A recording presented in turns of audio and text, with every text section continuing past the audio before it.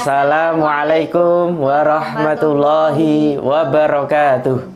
Sahabat Mubadalah yang bahagia dan membahagiakan, sampai ketemu kembali pada program Curahan Hati Suami dan Istri. Kali ini kami akan membahas manajemen puasa dalam keluarga.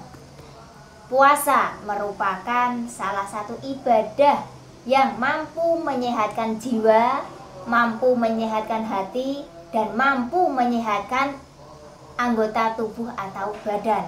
Maka kita sebagai orang Islam, orang yang beriman, mari melaksanakan ibadah puasa khususnya Ramadan dengan penuh semangat, dengan penuh kekhusyuan, dan semoga amal ibadah kita selama di bulan Ramadan mendapatkan ridho oleh Allah Subhanahu wa Ta'ala. Amin. Nah, Mbak, berbicara tentang puasa dan di bulan Ramadan tentunya tidak mudah memanage ya puasa itu sendiri, apalagi di dalam keluarga.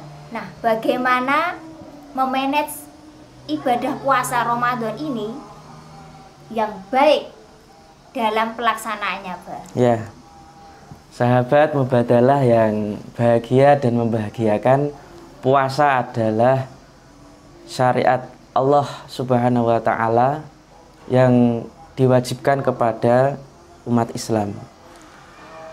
Oleh karena itu, puasa ini bisa menjadi amalan-amalan ibadah umat Islam yang baik dan menjadi amal soleh bagi kita. Maka dari itu kita harus memanage dengan baik. Ada 4 hal yang harus kita gunakan dalam mengatur puasa itu dengan baik. Yang pertama, perencanaan atau at-takhtid, rencana, yang mana kita harus menentukan bahwa puasa itu tujuannya apa, itu harus kita ketahui. Allah Subhanahu wa Ta'ala di dalam surat Al-Baqarah ayat 183, A'udzubillahi minasyaitonirrajim. Bismillahirrahmanirrahim. Ya ayyuhalladzina amanu kutiba alaikumusyamu kama kutiba alal ladzina min qablikum la'allakum tattaqun. Hai orang-orang yang beriman, diwajibkan atasmu berpuasa sebagaimana diwajibkan terhadap umat-umat yang terdahulu. Mudah-mudahan kalian bertakwa. Nah, tujuan dari puasa yaitu bertakwa. Kita harus tahu itu. Itu mah. Di dalam tafsir Jalalain, maksud takwa itu yaitu al-ma'asi fa innahu yuksiru syahwah allati mabda'uha. Jadi takwa di sini itu maksudnya apa? Yaitu menjaga diri. Kalau dalam konteks ini adalah keluarga, yuk, menjaga anggota keluarga dari maksiat-maksiat yang mana maksiat itu adalah sumber dari kehancuran, sumber dari kemadharatan. Dan dengan puasa itulah fa inna yuksiru syahwah. Karena apa? Karena puasa itu mampu membendung syahwat dan memecah syahwat yang tadi sebagai sumber kemadharatan atau sumber bencana. Itu yang pertama. Kita harus tahu itu. Jadi the goal-nya al-ghardhu minash-shaum yaitu at-taqwa, hifdzu anfusina minal ma'asi, menjaga diri dari maksiat. Yang kedua, di dalam tafsir Syekh Asy-Sya'rawi ya, Mutawakil Sya'rawi, tafsir Sya'rawi bahwa anhudziba wa nusadziba sulukana fanabta'ida anil ma'asi. Bahwa tujuan puasa dalam konteks ini la'alakum tatakun itu yaitu mendidik dan menjernihkan perilaku moral, akhlak, sehingga kita terjauh dari maksiatan. Itu hampir sama dengan tadi Jalalain. Tapi di sini lebih ke perilaku. Jadi tujuan akhir ending dari puasa itu adalah memperbaiki akhlak memperbaiki moral, khususnya moral di dalam keluarga antara suami dan istri, antara anak, kemudian antara anak dan ayah atau ibu gitu. Atau nanti mertua sama orang tua sendiri itu diperbaiki. Kemudian di dalam tafsir Al-Misbah, Profesor Quraish Shihab menyatakan bahwa the goal la'allakum tattaqun yaitu mempunyai jiwa yang muttaqi. Dimanapun itu kita itu merasa diperhatikan, dilihat oleh Allah Subhanahu wa Ta'ala. Yang kedua, menjernihkan indrawi, itu yang kedua. Kemudian yang terakhir, tarbiyah, mendidik jiwa. Di antara itu poin-poin penting ketika kita menentukan tujuan dari puasa, sehingga kita dapat yang kedua ini, mengorganisasikan puasa di dalam keluarga. Tentu ada jadwal harian, jadwal mingguan, jadwal bulanan. Jadwal apa ini, Contohnya jadwal bagaimana sholat sunnah duha, sholat tahajud. Itu harus dimasukkan di dalam jadwal harian. Contohnya jadwal mingguan itu kita harus membaca Al-Quran berapa kali dalam seminggu, itu bisa. Jadi itu penting, sehingga nanti sebulan targetnya itu 1 kali khatam atau 2 kali khatam atau 3, atau ikut majelis online, khataman online. Enggak masalah itu. Bisa juga untuk menguatkan keluarga, maka bisa seminggu sekali buka bersama di rumah, tapi juga di luar. Ya. Kemudian juga memberikan reward kepada pasangan atau kepada anak. Misalkan dengan membelikan barang yang diinginkan, itu bisa. Betul. Ya, di antara punya gitu ya, program puasa. Itu manajemen waktu dalam hal ini kegiatan-kegiatan yang berbasis ibadah maupun berbasis sosial gitu, Maya. Tidak hanya dalam diri sendiri tapi juga sosial. Umpama di dalam masyarakat kita, mungkinlah dalam waktu 1 bulan itu ada program penyantunan anak yatim, itu santunan anak yatim, atau enggak berbagi takjil di masjid atau di tetangga sekitar, di musola. Itu penting, itu harus diagendakan. Kemudian ada manajemen waktu tadi, terus manajemen keuangan. Jadi itu penting, sehingga pas puasa itu jor-joran habis-habisan. Nah, setelah puasa perut bokeh gitu loh. Itu malah berbahaya itu dalam hal itu. Oleh karena itu perlu diatur itu, bagaimana makan bukanya itu harus apa saja, minumnya cukup 1 sakal saja, atau es teh saja, atau es degan atau sirup 1 atau 2 cukup lah, nggak usah es degan, es sirup, cola, kemudian es dawet. Wah, dicampur-campur malah mubazir, itu malah nggak kamu minum. Nanti lauknya ada ayam, ada bakwan, ada apa lagi, bakso, ada mie ayam, sate loh. Itu apa itu?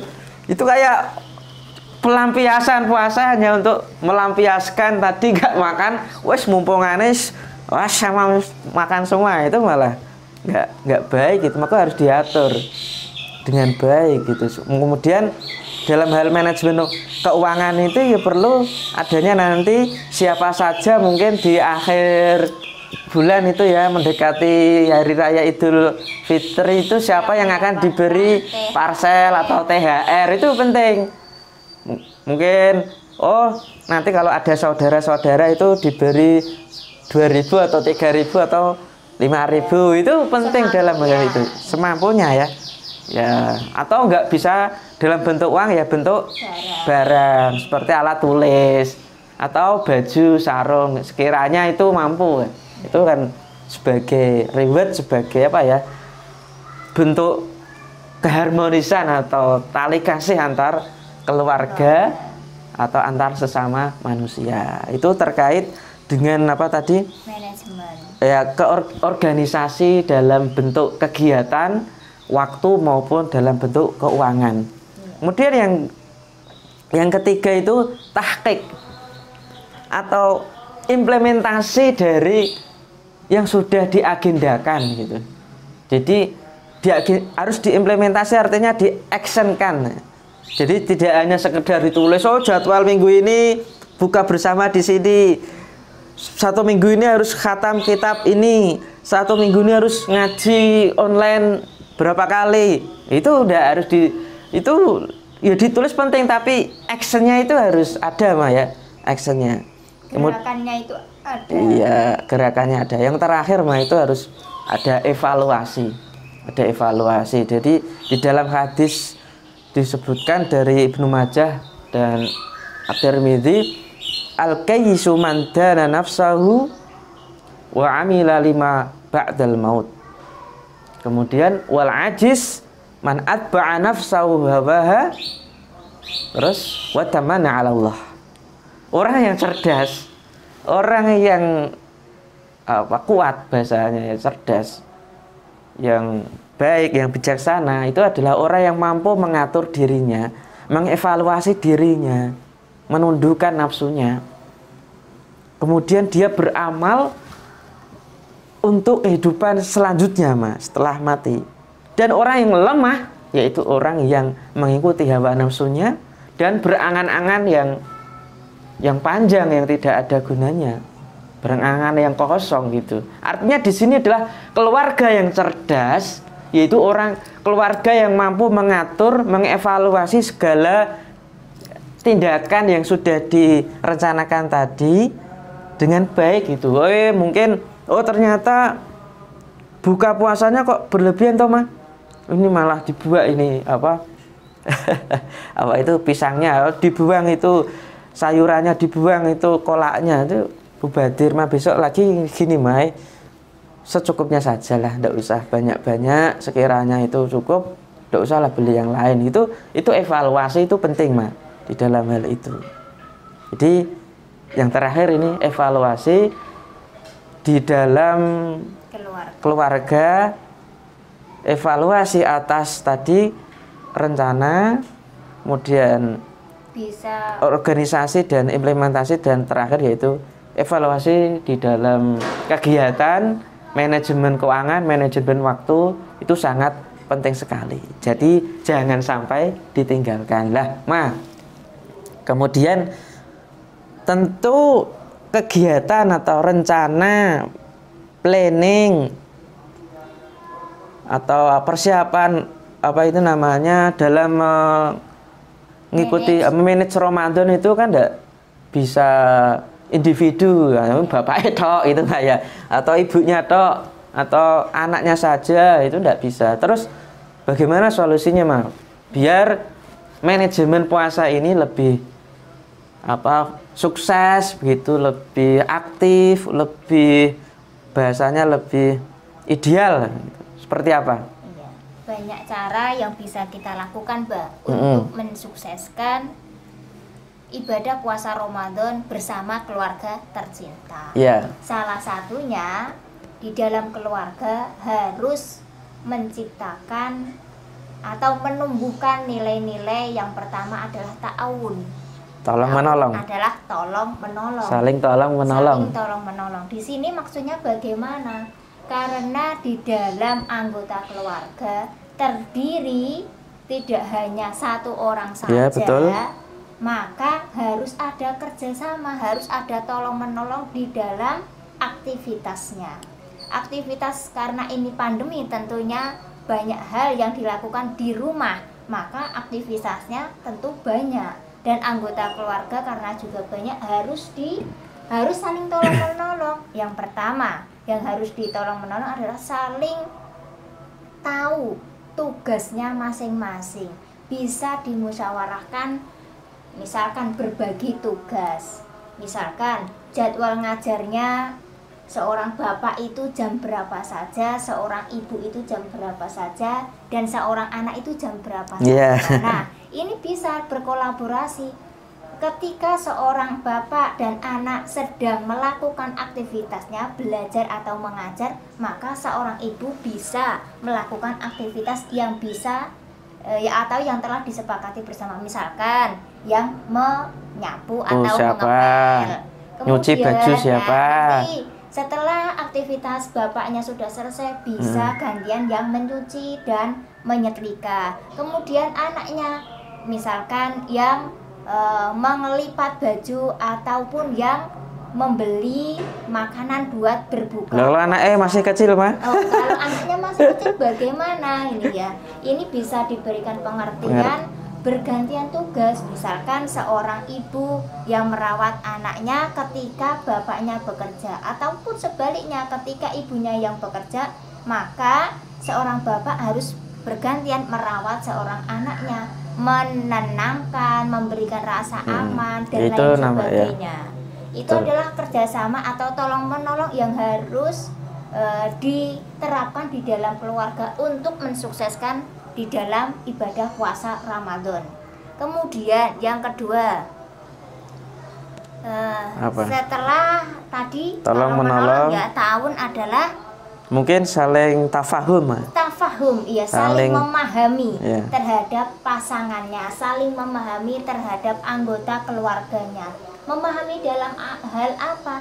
Hak tubuhnya, hak istirahatnya, hak kebahagiaannya, hak dan kewajiban seorang, tidak hanya suami istri, seorang manusia itu mempunyai hak dan kewajibannya. Maka sebagai anggota keluarga yang baik harus mampu memahami hak-hak antar pasangannya, antar anggota keluarganya. Agar apa? Agar sukses di dalam menjalankan ibadah puasa dan sukses di dalam berkeluarga. Karena ketika antar pasangan, antar anggota keluarga tidak saling memahami, maka akan menjadi madorot di dalam keluarga itu sendiri.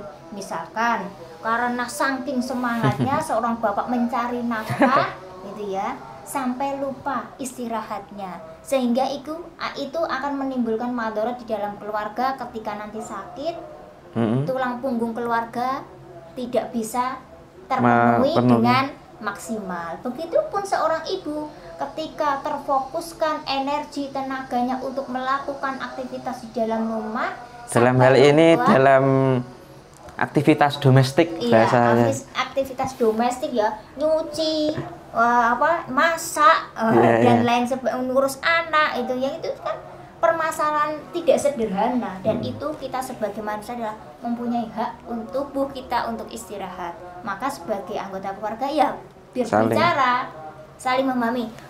Misalkan gitu ya, saya nanti jam 6 sampai jam 7 mau istirahat, Mama silahkan melakukan aktivitas lain. Setelah nanti dibangunkan ya, Ma, gitu. Kemudian juga sebagai seorang istri, anggota keluarga juga ketika mempunyai hak tubuh yang ingin istirahat, ya bilang sama suaminya, Mbak, nanti jam 10 sampai jam 11 Mama istirahat dulu ya.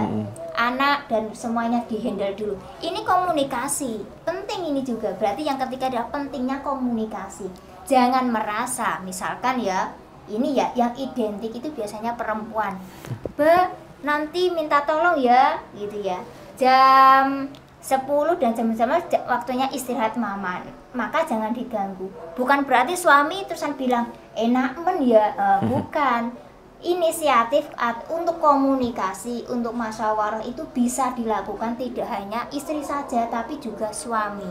Jadi ketika seorang suami mempunyai keinginan dan ini menimbulkan kemaslahatan, maka harus dikomunikasikan kepada anggota keluarga yang lainnya, yaitu bisa istri, bisa anak, dibicarakan. Nanti misalkan ya ketika menjelang